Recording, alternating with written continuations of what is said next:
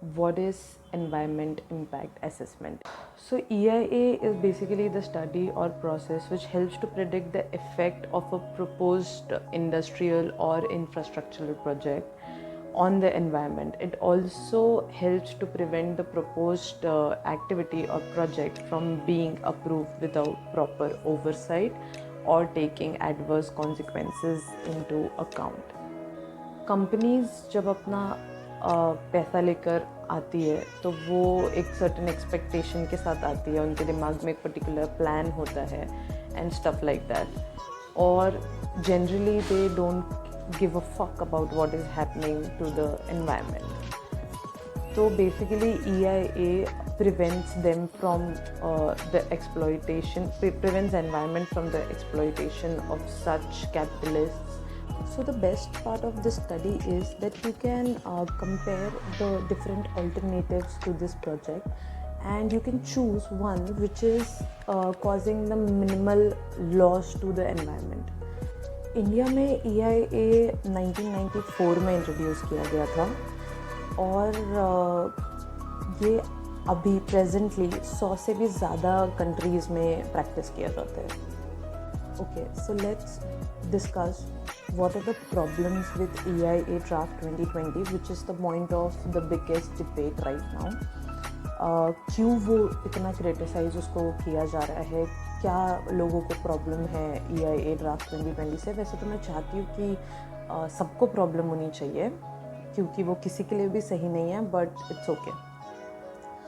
So the first problem with EIA draft 2020 is they allowed the post facto clearance of it. उसका मतलब क्या है कि कोई भी पर्टिकुलर प्रोजेक्ट अब आफ्टर अगर ये अप्रूव हो जाता है EIA draft 2020, तो इसके बाद कोई भी प्रोजेक्ट बिना क्लियरेंस के पास कर दिया जाएगा. उसको परमिशन दे दी जाएगी कि वो अपने ऑपरेशंस अब शुरू कर सकता है. फॉर एग्ज़ाम्पल, जो दिबांग वैली प्रोजेक्ट काफ़ी न्यूज़ में था और जिसके बारे में मैं रेगुलरली स्टोरीज पोस्ट कर रही थी, तो उसमें आपने सुना होगा, I was talking about the forest clearance thing.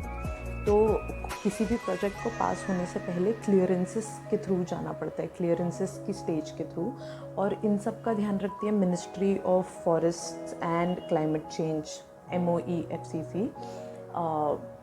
और जब तक उसको उस प्रोजेक्ट को ये सारे क्लियरेंसेस नहीं मिल जाते, विच इंश्योर्स EIA इंश्योर्स कि किस स्टडी के थ्रू या किस प्रोसेस के थ्रू वो जाना चाहिए, तो जब तक किसी भी प्रोजेक्ट को वो क्लियरेंसेस नहीं मिल जाते, वो अपने ऑपरेशंस शुरू नहीं कर सकता.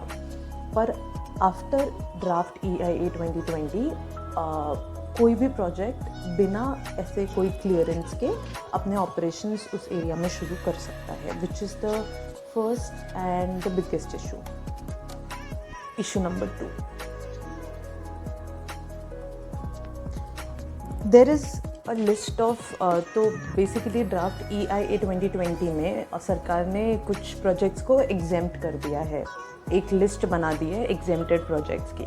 तो उसमें सबसे पहला आइटम ये है, गवर्नमेंट ने किसी प्रोजेक्ट को स्ट्रैटेजिक, ठीक है, स्ट्रैटेजिक टर्म कर दिया है गवर्नमेंट के हिसाब से, तो वो प्रोजेक्ट को क्लियरेंस मिल जाएगा.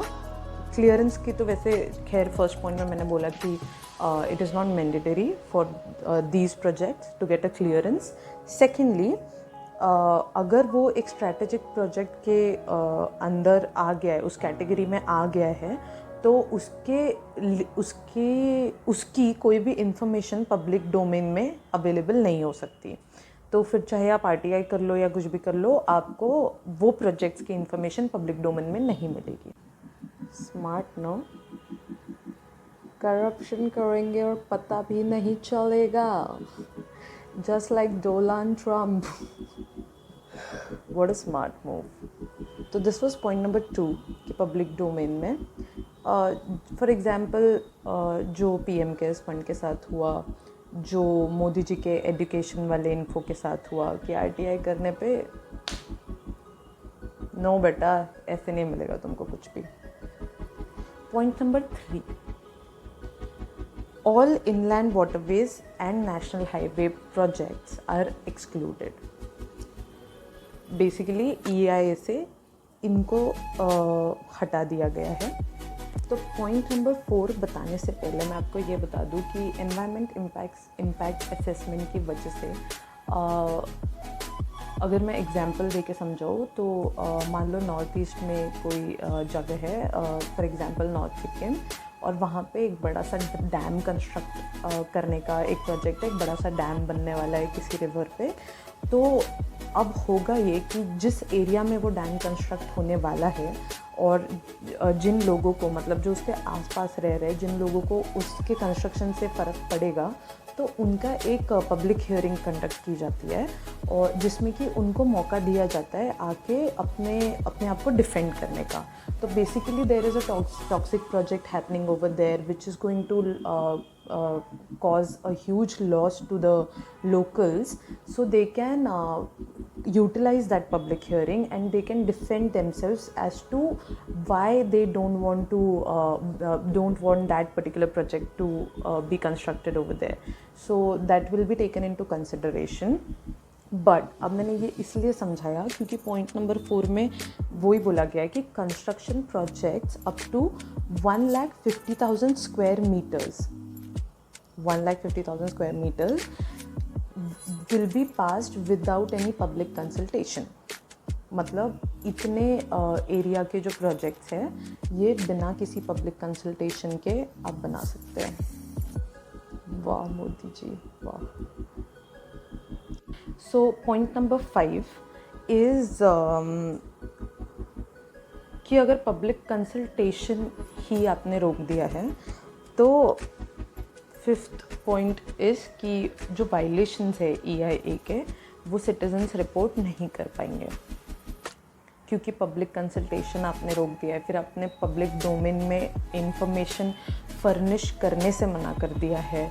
और अभी अगर एग्जांपल लिया जाए तो जैसे मैंने फर्स्ट पॉइंट में बोला था कि स्ट्रेटेजिक कैटेगरी में अगर सरकार ने किसी प्रोजेक्ट को डाल दिया है तो उसके बारे में आपको इन्फॉर्मेशन एक्सपेक्ट नहीं कर सकते, उसके खिलाफ आप वायलेशंस रिपोर्ट नहीं कर सकते, आप कुछ भी नहीं कर सकते, वो बन के रहेगा। और फिर चाहे वो कितना ही बड़ा डिज़ास्टर क्यों नहीं हो जाए, उस पर कोई लीगल एक्शन या फिर कोई ऑपोजिशन आप रजिस्टर नहीं करवा सकते हो, which is the biggest one of the biggest flaws of EIA draft 2020, and it is totally against the democratic fabric of India, because we are on the verge of climate change. We need to understand that, and it is not at all sustainable because this is like straight dictatorship कि अगर कोई गलत project पास हो रहा है तो laws ही ऐसे बना दो कि जनता जो है वो अपोज ही ना कर पाए, कोई ऑपोजिशन ही आप दर्ज नहीं करवा पाओगे। और इन वायलेशंस का अगर आप एग्जांपल ढूंढ रहे कि चलो कहाँ हुआ है, तो अभी रिसेंट इसके 2 एग्जांपल्स है। One is the gas leak in LG polymer plant in Visakhapatnam, that is the first example, and second is the blowout and fire at Oil India Limited in Assam. That was heart-wrenching, literally. If you don't know about it, because the mainstream media wasn't covering this issue, you can just Google and read about it. There are many articles.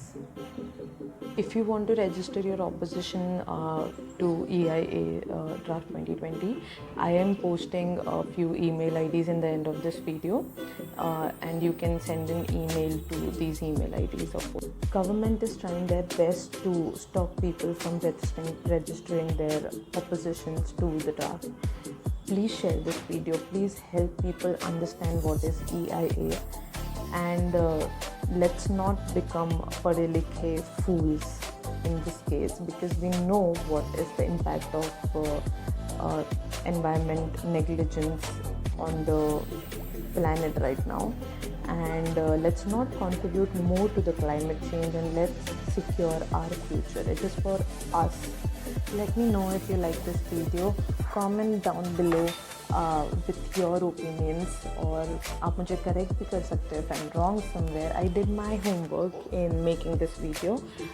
You can let me know if I was wrong somewhere and let others also know कि क्या गलती हो गई मुझसे, because facts में अब कुछ बोलने में हो सकता है मुझसे कोई गलती हो गई हो.